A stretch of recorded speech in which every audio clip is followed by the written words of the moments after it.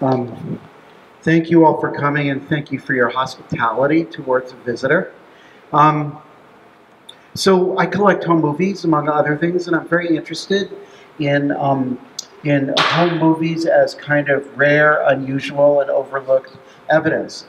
And out of an archives of about 14,000 home movies, I started pulling movies shot by farmers or movies of rural life in America, and it turns out that they are extremely numerous. It's a really rich and really ambiguous and sometimes confusing, but extremely interesting record. And so what this is tonight is it's kind of a mixtape, a sketch for something that might become a film. What it becomes has a lot to do with how you react to it. Tonight, it's a 39-minute assembly, roughly seasonal, of all home movie footage shot by people in rural areas or people who are living and working on relatively small farms. There's no factory ag in this. Well, almost, but not quite. What I'm going to ask you to do is make the soundtrack. So turn on your telephones. You're welcome to tweet and Instagram and all that. But what I want you to do is to ask questions, to identify places, activities, processes as you see them. Your expertise is going to exceed mine. As soon as the titles end, you're going to know a lot more about the footage than I will. Identify things, dispute your neighbors' identification or interpretation. Let's be noisy, and let's make a one-time, irreproducible screening tonight. So you're with me. Farms Lost and Found, roughly 39 minutes, and all I have to do is get it going, and we're there. One thing, how about, I guess lights are okay, huh?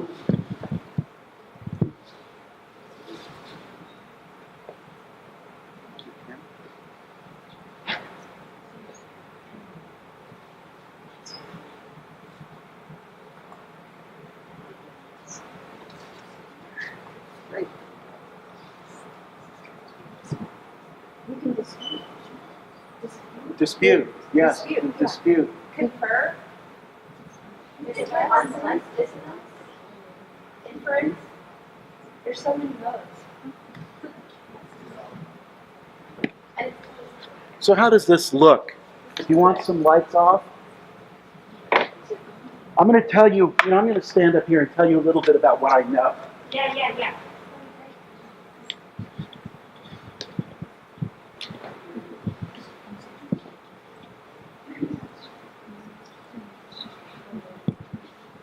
So to make movies in the 20s and 30s, you had to be wealthy, and that was a wealthy farmer.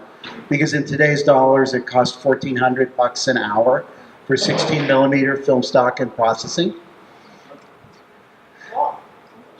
We're driving across country in the car of Henry Fleischer, who loved the American rural landscape, and that's all he ever shot.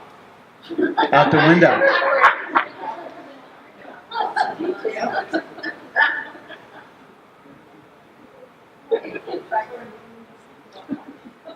Five points. By the way, nobody has seen this before. You're the first people ever to see this. Can you tell people where you find all this footage, this found footage? Yeah, in the old days, I used to. I'll come back to that.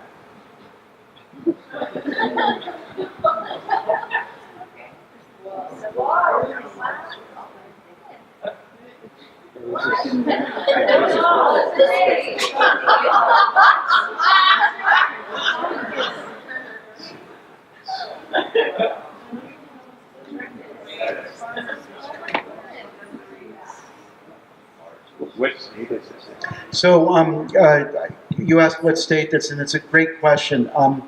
I have not been able to go back and pull the film cans and pull all the individual notes on this. Some of this is newly scanned, some that we have information, some of which we don't. Ultimately, there will be a title that gives some kind of anchors us in space and time.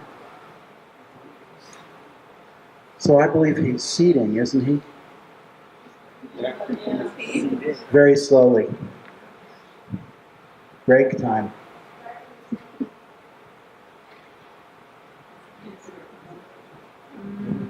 Well,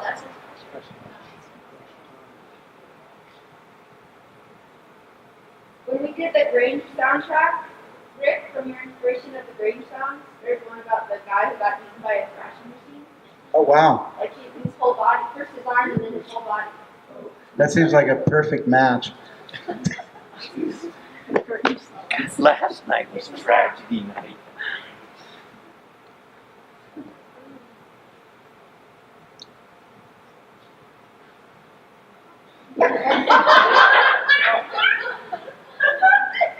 Who's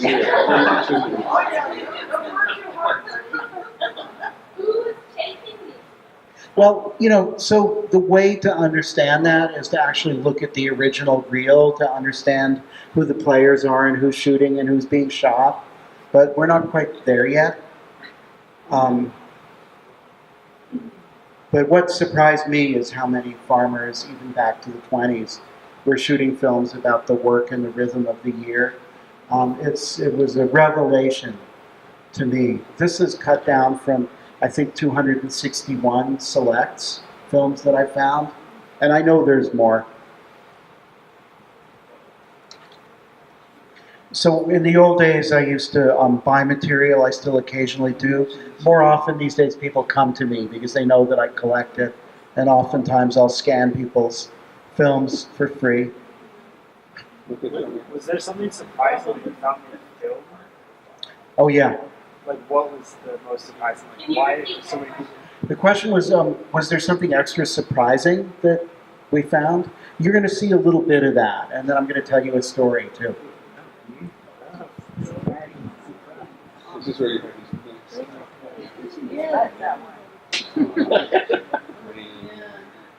Now, if I was really smart, I'd make an 80-minute film just about pigs. Yeah. Whoa.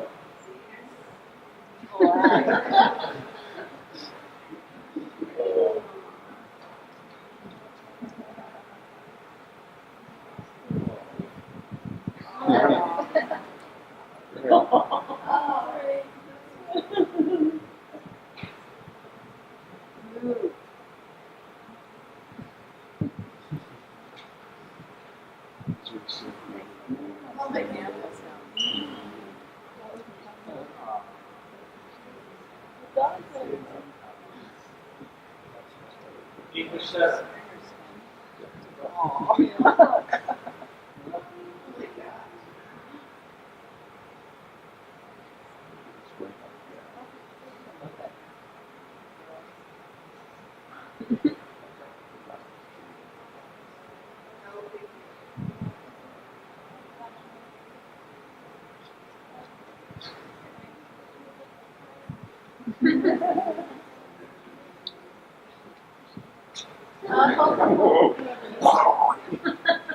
And then they're just saying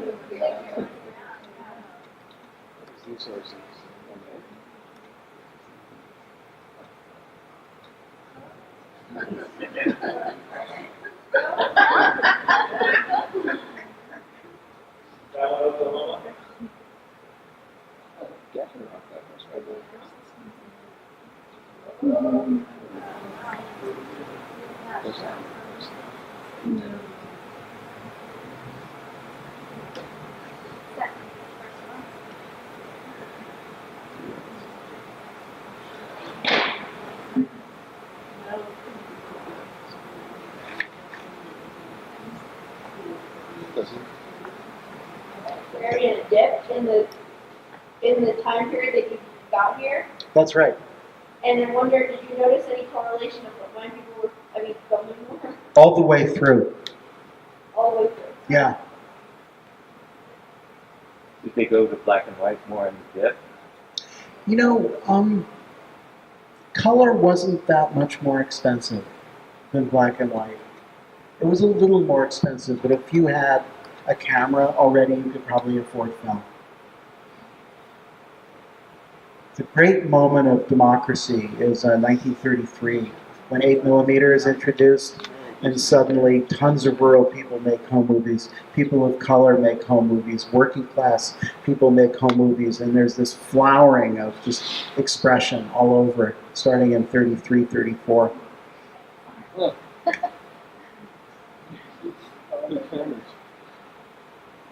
So this is a series of films that was shot in 38-39 by a man named Ivan Bessie in Britain, Marshall County, South Dakota, northeast South Dakota. And he shot these films typically on the weekends so that he could then show them in his theater on the slow days in the week and draw people in to see themselves. And it's 3 vivid hours. He was aggressive.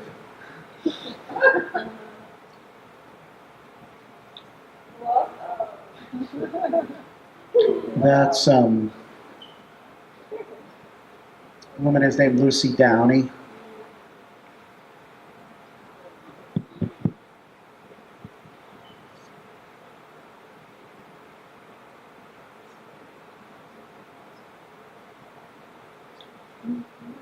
I brought these films back to that town in 1991, and that was really my first interactive screening because I'd never seen European Americans talk back in the movies, and boy did they when they saw themselves. What did they say? It was just like, oh, there's me, or oh, this person, there's my sister who died in 1948. It's kind of incredible.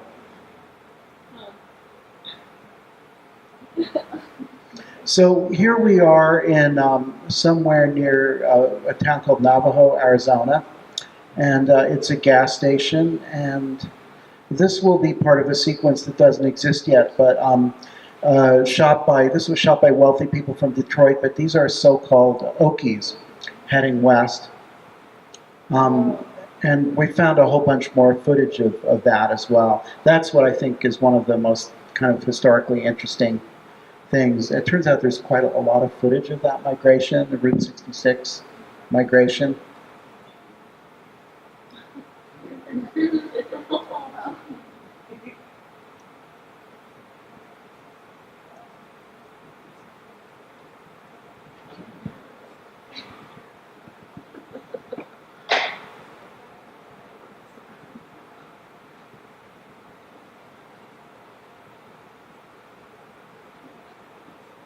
And that's what's one of the most amazing things about home movies is the body language and how kinship is performed, and how families and others relate to one another.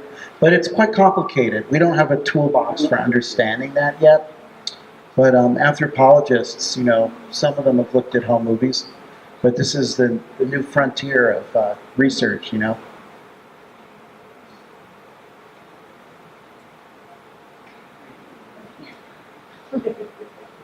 So we're in Tennessee, and this was shot by an African-American family from Chicago who drove through the South and then to LA, visiting family and friends along the way. And the family that we're going to see pictured here, many of them work at a textile mill which closed in the early 60s when the union tried to organize it. But here they're posing in a relaxed manner. It's a wonderful trip. It's about an hour-long film of this family's travels.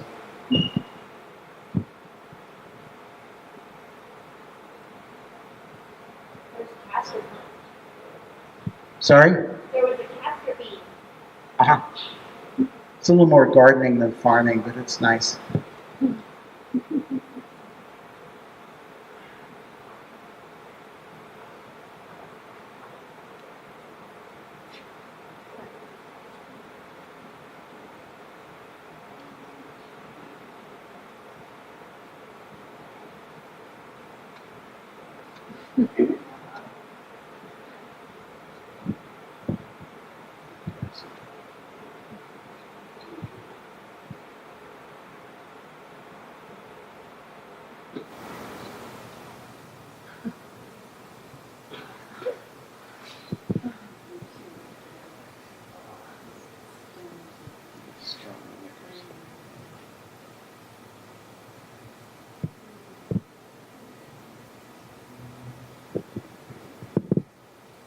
And I like this just because it reminded me of, the old Soviet movies.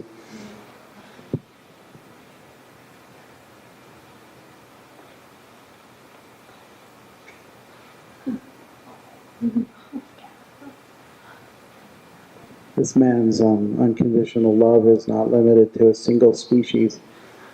So keep going. Oh.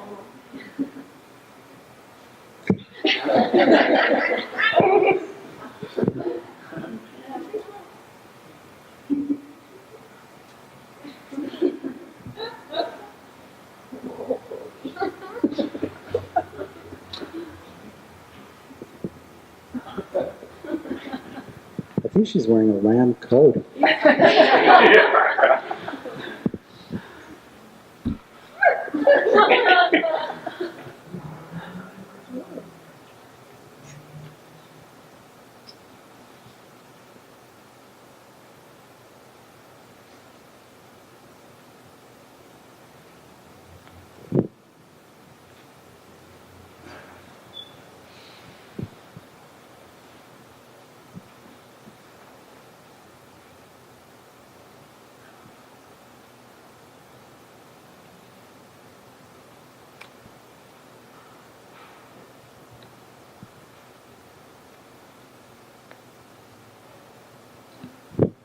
Summertime.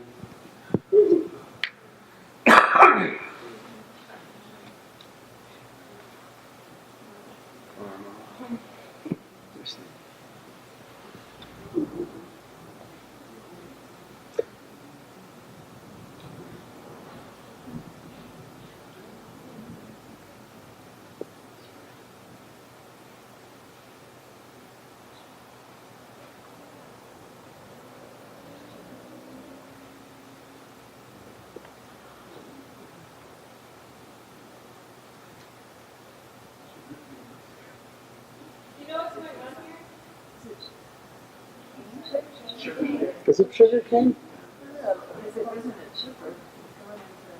It's being silent. Yeah, I thought it was corn actually. It's silage. Yeah, yeah.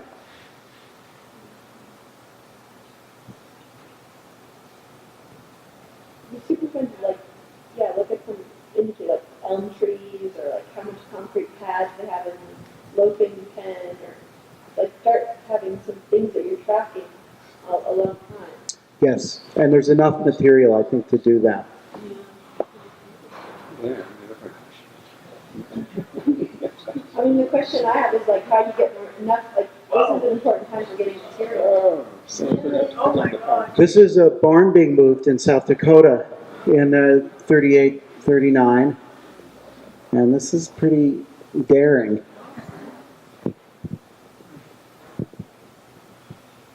Supervisor, skeptical spectator.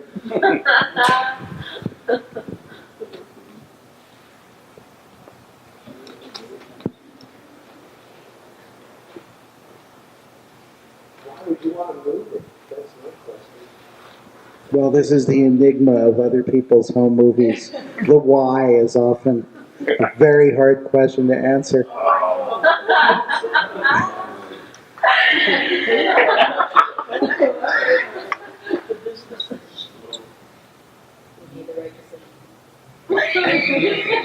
This is the way the original cut works. I didn't edit this.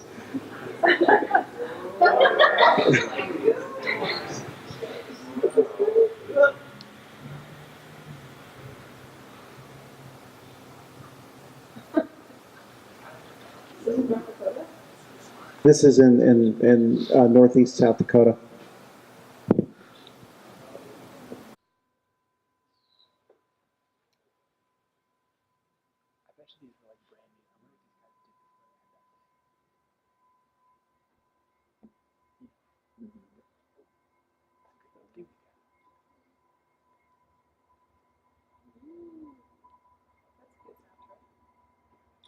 The train has arrived for the harvest.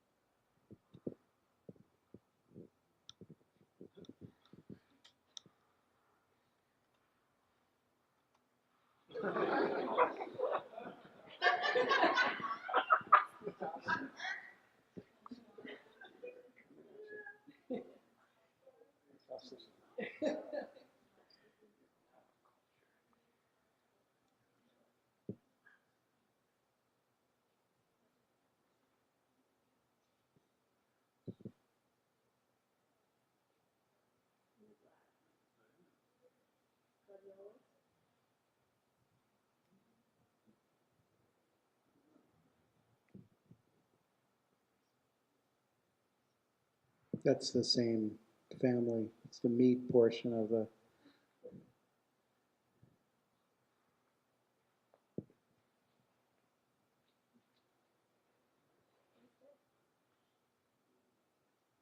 So this looks like we're out in the west somewhere. Again, I haven't been able to attribute it to a place yet.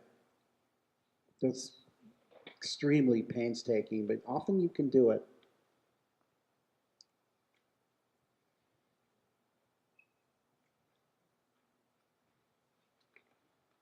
Does anyone know what's happening?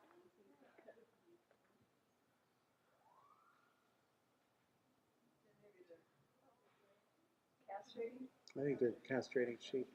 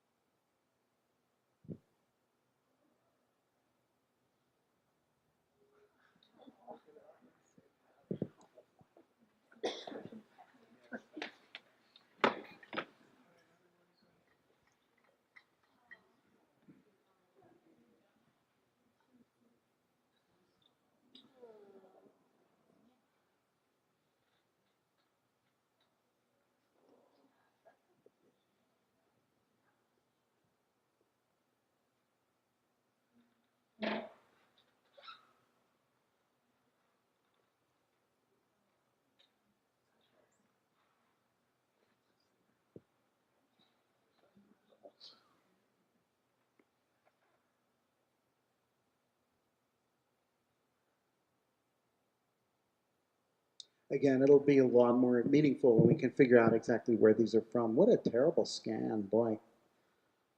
The computer doesn't always tell you what things really look like. This is very Instagram. Just kind of loving, belief. I know, but I'm not an Instagramming type of guy. I like the evidence, without a lot of solarization. That's just me. And when these films were rediscovered, they took a great deal of pride in that. And out of a town of about 1,500, we made a little home video of these as a benefit for a local museum. And out of 1,500 people, they bought 3,000 videos. Because I guess every relative got one for Christmas. Everybody who moved out. It's a town with a very, very interesting history, much of which isn't talked about. It's an all Anglo town, although it's in the middle of native land and close to a reservation. Native people have always been discouraged from living there. What red are we close to? Sistan, Wapaton. The kind of like a pie slice shaped area of land in northeastern South Dakota. And what's the part that's interesting but not talked about? There were tons of there were labor struggles in the 30s. Communists tried to organize among perhaps poor farmers or farm workers. The details are very, very hard to find out. Some of them were run out of town on a rail and may have been tarred and feathered. That's what people informally say.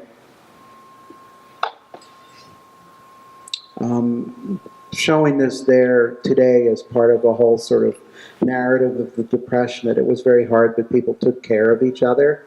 And one of my issues in making this film is that, you want to pay tribute to the dignity of people's labor, but you also want to talk about histories that are shown and unshown at the same time.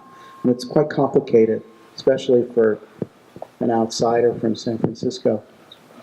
So this will evolve. Mr. Fleischer continues to head west in his fancy car with a camera riding shotgun. So is that Route 66? Or? That's Route 6, actually.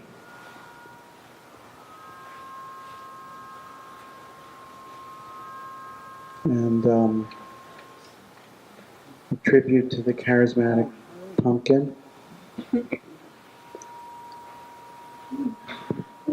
1939.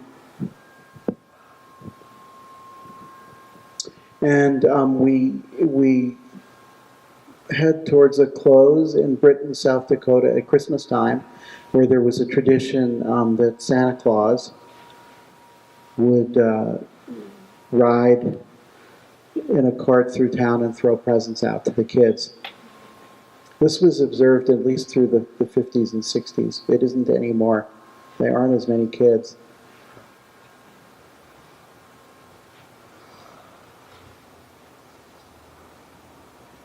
On the left is the Strand Theater where this film was shown and where I brought these movies back in 1991. Still going. Outlaw food market. The Outlaw Food Market, that's gone now. It's become a wall, a mural.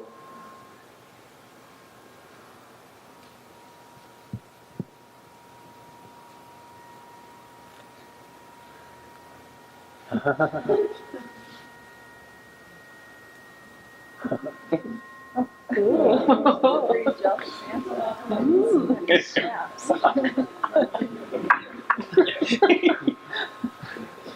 Do you know what kind of presents? I don't. I mean, I think they're just little trifles, you know. Might even be candy or something.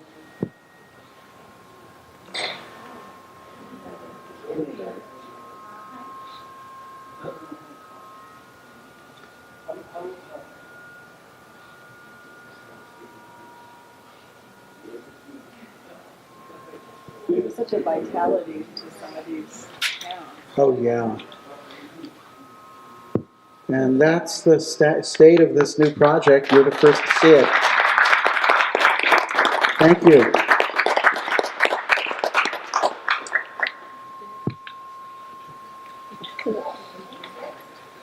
You're welcome. Do we have time for a question or two if anybody hasn't already said what's on their mind? Do you have projects that you're putting together for the future for this? For this project? Yeah. I mean, this is the beginning of what I hope will be a long-term project. It won't be just about me. This is the kind of film that could be edited many different ways. It could be something that was more highly produced or polished for some venues. It could, ideally, it would be local. It would be a part of a process of emerging farmers and younger people and elders getting together to look at this and to talk about it. It then could be something that came together into a project that was more regional or national. It's not a movie, like, I mean, I'm not really a big believer in movies like movies. They're sort of over now. They need a new jumpstart from something. What this is an attempt to use moving images as a form of, you know, kind of community connection and engagement, and maybe to think about different ways to make documentaries and to watch them.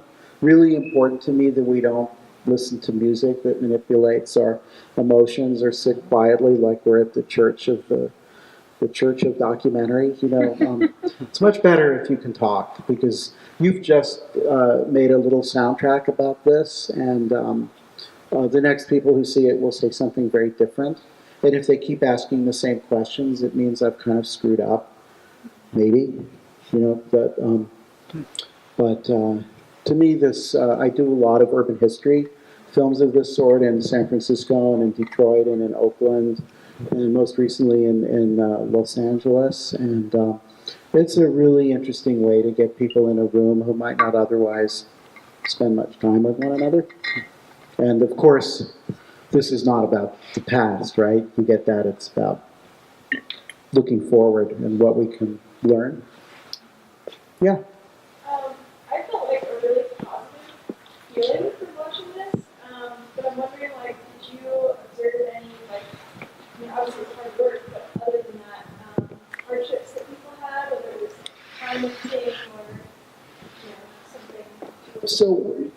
it's a great question. So a longer version of this film, I think, might show people who were unhealthy, might show people who were behaving badly, perhaps influenced to behave badly out of, I don't know, isolation, poverty, anger. There's lots of films of people who were, there's lots of films of sharecroppers. I have an issue about doing very much with films about people of color that were shot by white tourists, because typically those films are actually quite insulting, and it's important to look at them critically. I mean, they should be shown, but they shouldn't be just shown as kind of colorful history. So actually, I think there's quite a lot to point to. And recently, we found footage just really 2 weeks ago, shot in California's Central Valley in 38, 39, which isn't here because it's factory farming, but it's the so-called, it's the world of the grapes of wrath, but in color, shot by a physician who was investigating valley fever, and the footage is astonishing. It's really astonishing, you know. People who used to be called Okies, trying to settle in an extremely hostile environment and living typically under very poor conditions. But it's also quite life-affirming in a way as well. But, yeah. Is there footage that you can see you're missing that you'd like to find? Oh, tons. I mean, for example, there should be more footage of farming in the Southwest. There's lots of footage of the Southwest, but it turns out a lot of it is natural wonders. There is some really beautiful footage from the 20s of traditional communities here in New Mexico, but they're about, people are being shot, sort of, their portraits are being shot. People aren't engaged in work so much, but I'd love to be more kind of regionally. A film like this could be very, very interesting in terms of getting people to think about regionalism. You know, what does it mean to farm in New England versus what does it mean to dry farm in another part of the country? That could be very interesting. What happens, what is the scale from a family farm to a factory farm? What are the stages that come between? There's, of course, miles of footage of factory farming. You know, it's in every industrial film, practically, about agriculture. But how can you kind of talk about these scales? Severin started talking about identifying traces in the infrastructure of specific farms, looking at brick and building materials and vehicles as a way of understanding agricultural history and agricultural practices. So that's kind of a closer zoom in, but all these things are possible. There's just so much material, and nobody's done this. Yeah? So, what really struck me was so many of the movies have people working together. I mean, there's a machine there, and there's, of course, and these are all, most of them are grown men, so they can't all be brothers. They can, you know, maybe they're cousins, but maybe they're neighbors. And in the communities that I lived in as a kid, and then later on I lived in the third world, that was really common. That, you know, first we'll go thresh your lands, then we all go and thresh over yours, and then we all go. And it was that there was a commonality, even though no one would talk about commons, certainly, but in fact, a lot of the labor was done in common. And it seemed like that was coming through there. I don't know. Yeah, I think that's quite striking. I think the parade of tractors may well be people getting together to plow a large tract, to break up a large tract, efficiently. But absolutely, I mean, just as this conference is about looking at land differently through the example of water, the water commons, that I think these films could point to very different kinds of working. I mean, it just strikes me that the isolation of the countryside, of growing up and especially working in the countryside, is real. But that it's much more real today, I think, than it was then, because of the efficiencies of scale and machinery and stuff. It's sort of, I don't know whether, I mean, I don't know how that's affected, you know, like suicide rates and stuff like that. But I just, I don't know, it's gripping to me. I see this and I worry about how much film is sitting in people's attics right now, and how do we get out, like what would be the correct manner or tactical way to get out and show people what you have and say, hey, you want to put we'll digitize your film for free, and if you'll put it in the public domain. I think you just have to take this around. I mean, people, the reason that people give me home movies is because they've come to my urban history events and they give me their family home movies and I scan them, and if they want their films back, they can have them. And if they don't, they get a digital copy anyway. But it's by example. So it's possible to do a call, but we've got a great nucleus to start with. But yes, it's important to say film. Film is very fragile. Video is more fragile, which is why I don't work with it. I'm not being superior. It's just very hard to work with video. Hard to preserve video. It's expensive. But there's a pretty near infinite amount of home movies. Yeah? Well, there's a story behind just one of the small shots of the Okies leaving because of the devastation. And I know I've seen stills, astonishing stills, where the dust storms are huge, just covering over buildings, and the stories of how people couldn't keep the sand and dust out of their houses no matter what they did, and they really had no choice. But there's a whole story right there about corn farming, drought, changes in water, and people being forced to leave. And so you've got it in one little shot, but there's a lot more. Oh, yeah, that's just a placeholder for something that could be a much larger sequence. The Right. footage that you usually see for the Dust Bowl is the plow that broke the plains, the famous documentary produced by the Per Lawrence for the U.S. Film Service, it's in public domain. It's online at Internet Archive. It's all, just search plow that broke the plains, but you'll always see the famous Dust Bowl footage of a rather small farm buried in dust, and the fence buried in dust up to the top of the posts. And it would be nice to find more images. We have images of towns that were emptied by the Dust Bowl in Kansas, which are quite interesting, near Moran, Kansas, which was a big soil conservation project area because it was hit very, very hard. But the search goes on.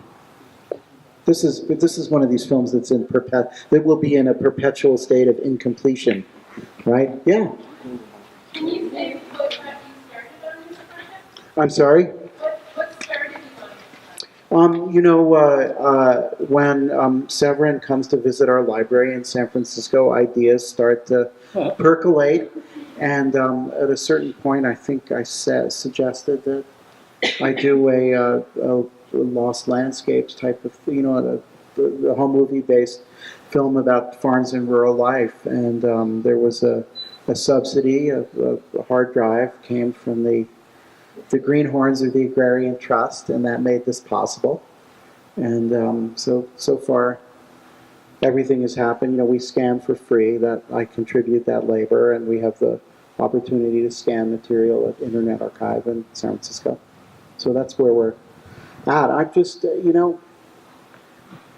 I want to get people looking at, I don't want to take too much time, so I'll just say one more thing. I want to get people looking at evidence. I don't like storytelling very much because a lot of times it distracts from the evidence. And what you just sat through is very fragmentary and it doesn't quite hang together yet, but it's an attempt to make something that's about evidence with an extremely thin spine of story, which mostly you make by talking about it. And I'd love it if we could get the world interested in history that was less edited. All right, end of rant. Thank you so much for your attention and your kindness.